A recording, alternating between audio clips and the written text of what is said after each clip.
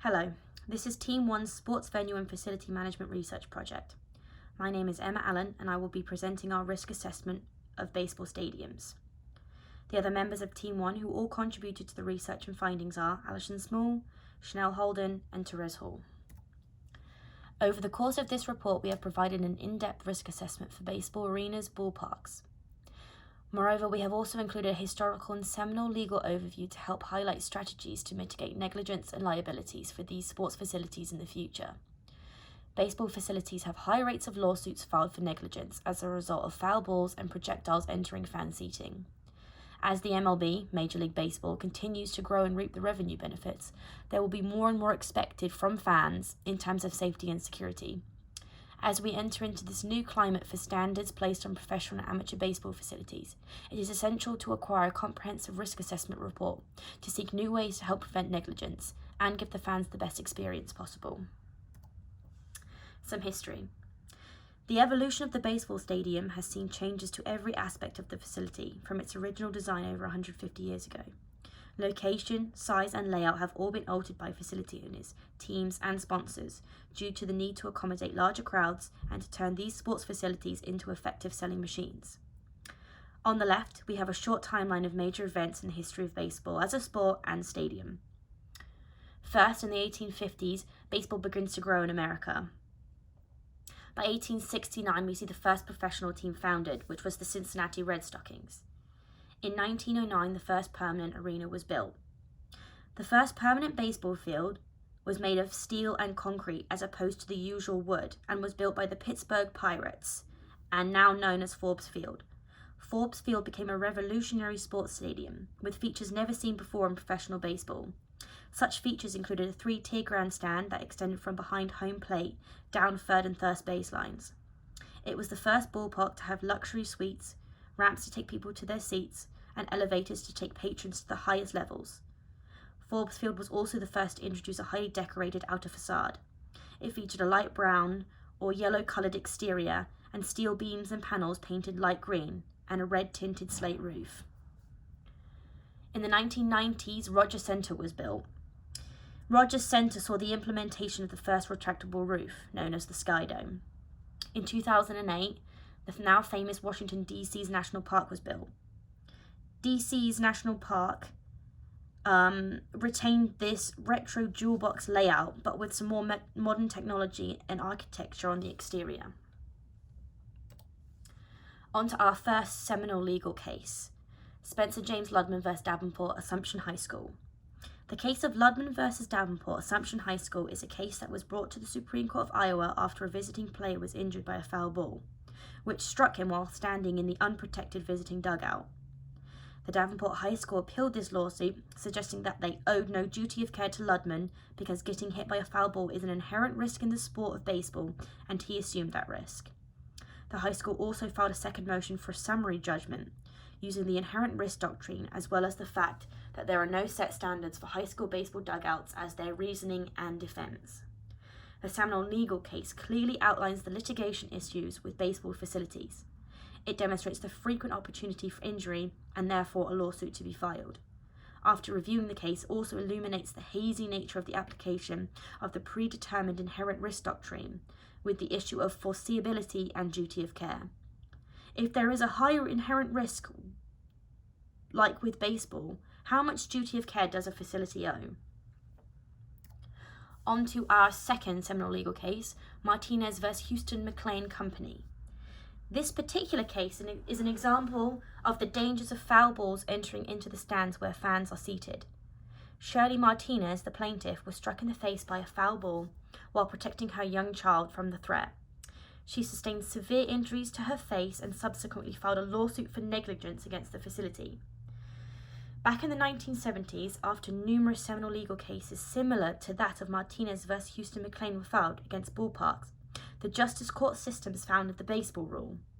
The U.S. justice system defines the baseball rule as a fact-specific standard of care for injuries caused by errant balls at baseball stadiums by accounting for the open and obvious nature of risk that batted balls pose to fans. From this point on, lawsuits filed against professional sports facilities are usually granted summary judgment by the trial court, effectively dismissing the lawsuit. However, Martinez vs. Houston McLean Company is the first example where the plaintiff, Shirley Martinez, as part of her case, argues for the abolition of the baseball rule. In her argument, she states that it is unfair that ballparks have been granted a judicially created exception that creates a limited duty to general principles of landowner liability. With the technology we have available to now and the large amount of revenue baseball generates for these facilities, there is a capacity to provide covered seats and protection for all spectators. In most ballparks, there is usually only 4,000 to 5,000 seats that are provided with safety netting to protect against foul balls, and these seats are not highlighted in the ticket purchasing process, so fans are unaware if they will be protected or not. This case is a landmark legal case in baseball, as it shows that there are risks involved for fans and that facility owners maybe aren't doing everything in their power to protect their customers. Our next slide covers the organisational chart. An organisational chart for a baseball team is used to lay out the specific details of each player and the specifics of their dealings with the minor or major league team. This is an extensive list that breaks down the positions of each member of the team's executive organisation all the way down to the positions on the single A team. This includes the players' names, their sector, minor league, major league, AAA. It also tells their age and the arbitration or salary they have while playing for that team. The arbitration is the salary that both the team and the player have finalised on after a negotiation between the two and an arbitration attorney. These salaries can range from between $400,000 to the low millions. Organisational charts will also have some of the nation's most promising prospects of the year. On the screen is an example of the organisational chart for the Kansas City Royals. We now move on to the typical baseball stadium. Professional baseball teams play at baseball stadiums which are constructed specifically for the Major League game. There are hundreds of different baseball stadiums around the world that each have unique qualities to their venues, but they all have the general constructions necessary for a safe, efficient game. The basic necessities for a baseball field include the diamond, bases, dugout, backstop, fencing, scoreboards, and lights. The rest of the stadium requires fan seating, concessions, restrooms, parking lots, emergency exits, and many others. There are many aspects that go into creating a successful stadium, and beyond that, creating a unique stadium. Stadium owners spend large amounts of money to differentiate their ballparks from others around the nation by adding unique features to them. Some ballparks buy sight soarers like the Kansas City Royals, who have a 322-foot wide cascading water fountain and is known for having one of the most beautiful ballparks in America.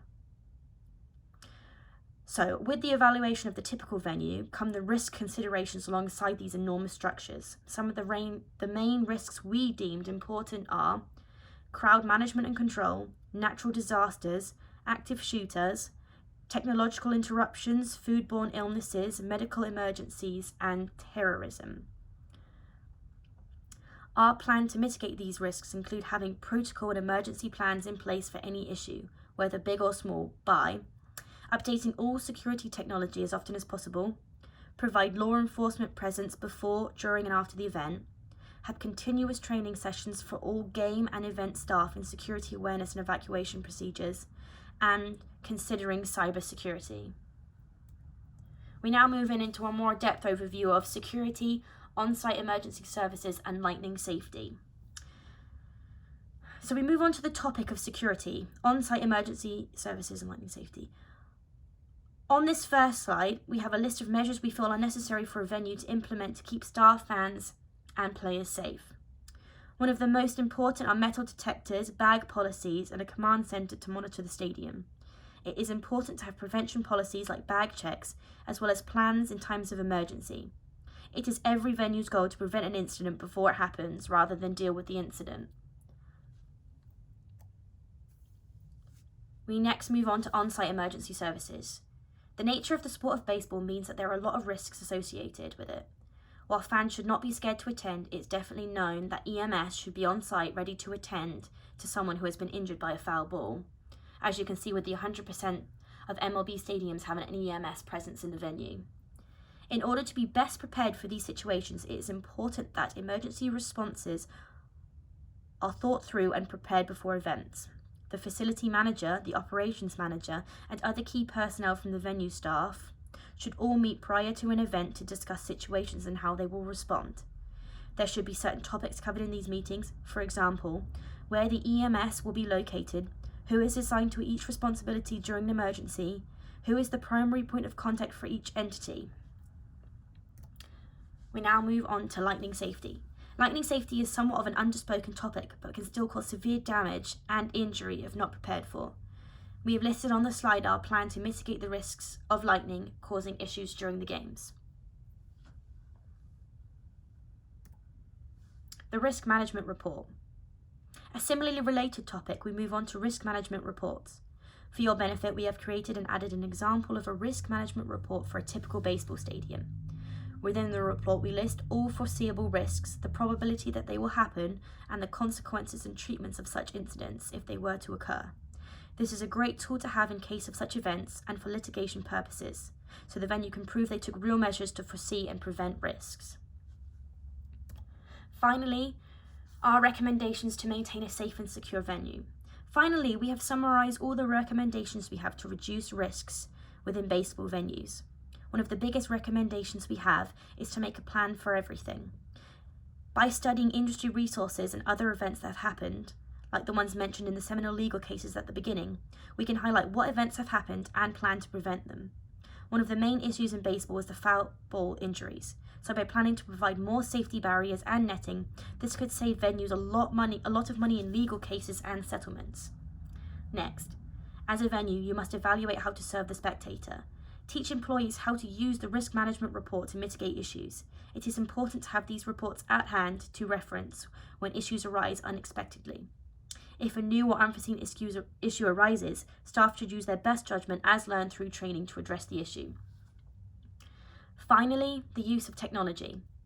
Efficiencies can be created and improved in areas related to security to ensure the safety of players, fans, and all other personnel involved. Third-party officials can be contacted easily by the press of a button, signifying what issues may have arisen and what service is needed of them. On the other hand, ticket sales can be automated and virtual. Concessions can utilize the latest technology to advertise available food and create a seamless checkout experience. Technology can also be used to increase the entertainment experience for visitors. We have already seen technology being implemented in various venues across the world, but the possibilities are endless. Exploring new ways to differentiate from other notable baseball venues is the key to providing a unique experience that cannot be obtained elsewhere. Doing so will increase demand for tickets to games at that specific venue and thus increase revenues over time. Thank you for listening to our